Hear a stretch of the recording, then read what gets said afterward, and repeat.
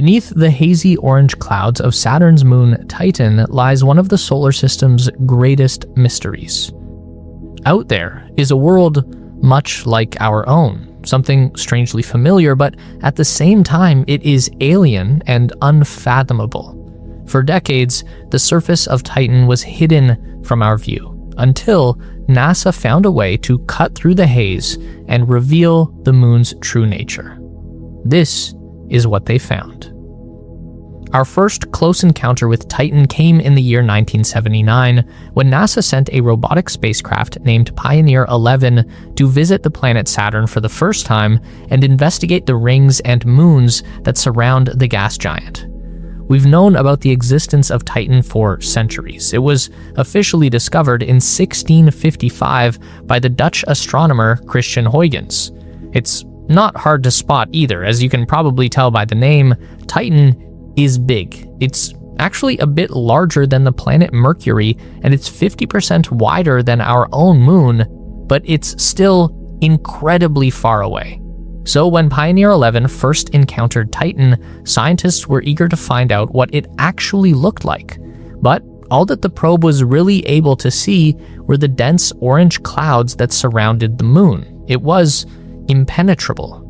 What Pioneer was able to do was investigate what that haze was made of, and it found something very intriguing: a thick atmosphere that was rich in nitrogen. This is very similar to what we have on Earth. The majority of our own atmosphere is also nitrogen. Now, there was another familiar discovery made on Titan, and this is what really piqued the curiosity of scientists: hydrocarbons. What are those? Well, the technical answer is that they are carbon atoms bonded to hydrogen atoms. Most of us use hydrocarbons almost every day in the form of a combustible fuel like gasoline or propane. On Titan, the atmosphere is filled with methane, which we generally know as natural gas. Now, why is this important to NASA scientists?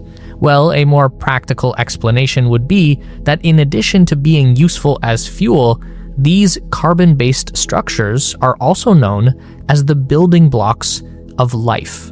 Important molecules like DNA and protein are all built on hydrocarbon foundations. Here's a more familiar word for you: carbohydrates. Sounds pretty much the same, and it is, but carbohydrates bring oxygen to the party. So if we can find oxygen on Titan, then we've got more than just the building blocks of life. We've also got the food to fuel that life. And just so you know right now, there is oxygen on Titan, but we're going to need to go a lot deeper to find it, so stick with me. Flying a probe close by Titan was also able to give us a sense of the moon's gravity. And this is a bit strange because Titan has a lot less of it than you'd expect. For being so much bigger than our own moon, the force of gravity on Titan is actually a little bit weaker, meaning Titan isn't very dense, meaning it can't be made entirely of rock. And that opens up some interesting possibilities. The combination of a thick atmosphere and weak gravity means that a person in a wingsuit could essentially jump off a cliff and fly like a bird for as long as they want. It also makes a flying machine a perfect vehicle for exploring the surface. Writing clearly is hard, whether you're explaining rocket engines, sending an important email, or just trying to make your ideas come across the way you want. You write a line, read it back, and something just feels off. That is where Quillbot's Chrome extension comes in. With one click, it can rephrase your sentence to sound smoother while keeping the same meaning. I find it particularly useful when sending emails. So, say you're drafting an email to your boss or a client and you want to sound more professional. Highlight the sentence, hit Quillbot, and instantly see polished alternatives. Or maybe you're writing a school paper, a LinkedIn post, or even a cover letter. Either way, Quillbot helps you get your point across with clarity and confidence. The extension works right inside your browser, so you don't have to jump between apps or websites. Anywhere you're typing, Gmail, Google Docs, social media, Quillbot is right there to help. And if you want to try it out, check the link in the description to install the Quillbot Chrome extension for free. Once you start using it, you'll see how much easier it makes your writing, whether you're working on something technical, professional, or just day-to-day communication.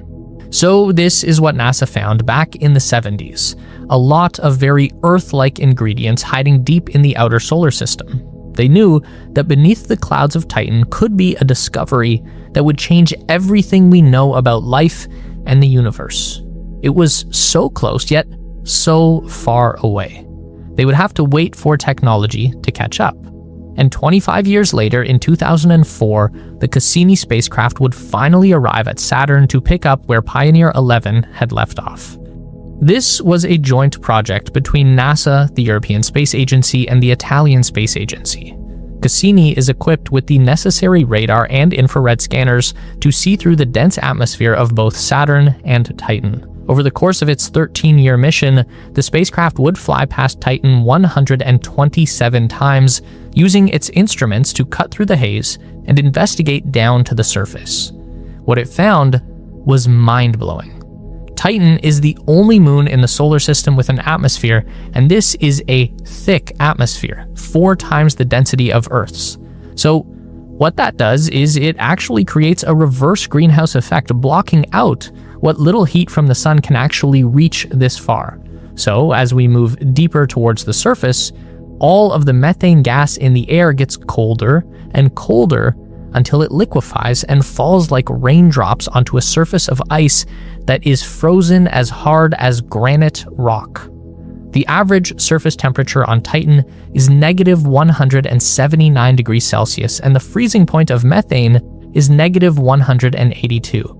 So it is the perfect environment to support a full hydrological cycle of evaporation and condensation, except with rocket fuel instead of water. The result is flowing rivers, lakes, and seas across the surface of Titan, making it the only known world aside from the Earth that has a stable liquid on its surface. Now, the people who built Cassini were very smart. They knew that Titan was going to reveal something incredible, so the European Space Agency included a secondary probe, the Huygens lander, named after the Dutch astronomer who first discovered the moon. And it was designed to parachute down to the surface and take photographs of Titan along the way. In January 2005, Huygens began its descent. Based on images taken by Cassini, the target landing site was believed to be the shoreline of a small lake. The probe had been designed to survive landing on a variety of terrain, from mountain ranges to flat plains and even a liquid ocean. It had enough battery life to operate for 3 hours, with 2.5 of those hours being spent slowly parachuting down to the surface. And when Huygens finally broke through the clouds on Titan, this is what it saw. We begin to make out a dark valley set between brighter mountain ranges, and as we get closer to the ground, in the middle of the frame you can clearly see a network of drainage channels and streams that have been cut into the sides of the mountains. Some of these would be hundreds of meters wide and several kilometers in length. These would have been created by runoff from methane rains working their way into the valley. Huygens is coming down right into the middle of that dark area, and as it approaches the surface, we can start to see that there is no liquid here. It's actually landing in a dried up riverbed. When Huygens makes contact with the surface, it makes a dent 12 centimeters deep. It bounces and then slides about 30 to 40 centimeters across the ground before wobbling a few times and coming to a rest. As the camera begins to look around on the surface, the most striking revelation is not how alien the world looks, but actually how familiar this all seems. If you take away the orange color, it looks like the bottom of any river on Earth. We see large rounded stones that have been smoothed over by flowing liquid, and they're surrounded by smaller pebbles on what looks like a sandy surface. Only these aren't rocks, they are chunks of water ice that are frozen as hard as rock. Same with the mountains, they are made of ice as well. Remember, water means oxygen, H2O, but it's still no good for life if it's frozen solid. And the muddy-looking surface around the lander is thought to be a strange hydrocarbon material that scientists found to be very much like snow, with a thin, crispy crust on the top and a soft texture beneath. As the camera looks out into the alien landscape, you can start to see waves in the air. That is heat from the probe's lamp causing evaporation on the surface. At one point, we even see a small drop of methane dew drip down past the lens. As the camera pans up, we see the sun in the sky, and it's just 1/10 the size of how it appears from the Earth. And even though it's midday on Titan, the light is only as bright as what we see just after sunset at the twilight hour on Earth. So what Huygens found was pretty amazing, but it did fail to uncover the most intriguing mystery of Titan, the liquid methane. It seemed to land in the right place, the bottom of a river, but it just arrived at the wrong time. So where did the liquid go? One of the interesting findings from Huygens had to do with the moon's methane cycle. We know about the water cycle on Earth, right? Water evaporates from the surface and rises up into the sky where it condenses into clouds until there's so much water vapor trapped up there that it starts to fall back down as rain. In most places on Earth, rain happens pretty frequently because there's a lot of energy from the sun driving evaporation. But on the surface of Titan, where there's only a very small amount of sunlight, the liquid methane evaporates very slowly. And when it does evaporate, all of the methane vapor gets stored up in this incredibly dense cloud cover that can hold on to massive amounts of rain before anything actually starts to fall. The result of which would be long periods of drought that could last for hundreds of years at a time, followed by periods of torrential rainfall that would cause flash flooding all over the moon. So unfortunately, we did not visit Titan in its rainy season, but that doesn't mean that it was totally dry either. As Cassini continued on its 13-year mission, the spacecraft continued observing Titan and learning about its surface. What it found was that during the dry season, liquid methane is limited to the North Pole regions, and what the probe learned to spot were these bright reflections of sunlight shining off the tops of watery lakes. This is the first body of liquid methane identified on Titan. It's called Ontario Lacus, named after Lake Ontario in North America because the two have a nearly identical shape, only the one on Titan is about 20% smaller, but it still covers about 15,000 square kilometers. Even though the lake is pretty big, it's actually still relatively shallow with the average depth between 40 centimeters and 3 meters. It's also an eerily still lake with waves only reaching 3 millimeters in height. So to the naked eye, the surface would appear as flat and still as glass. Now, we're not sure why that is. Given the higher air pressure and lower gravity, waves should actually be bigger on Titan than they are on Earth, and Lake Ontario has some pretty big waves.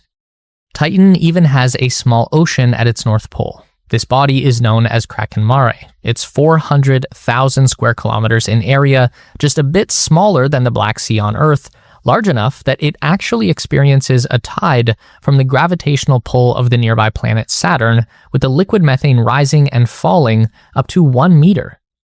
Although Kraken Mare is still relatively shallow for its size, around 300 meters deep on average, while the Black Sea reaches down over 2,000 meters. But lakes and oceans of methane are not the only active process still happening on Titan. There are volcanoes as well. Only we know that the surface of Titan doesn't have rock. It has ice that looks like rock, so the volcanoes don't erupt with magma, they erupt with slushy water. Now, if Titan is so cold, then how is there any water that isn't already frozen solid? Well, the slush magma is mixed with ammonia, which acts as a natural antifreeze. You probably know ammonia as a foul-smelling cleaning product, but it was also very abundant during the formation of the solar system. It's just a combination of nitrogen and hydrogen, two of the most abundant atoms in the universe, and it ended up getting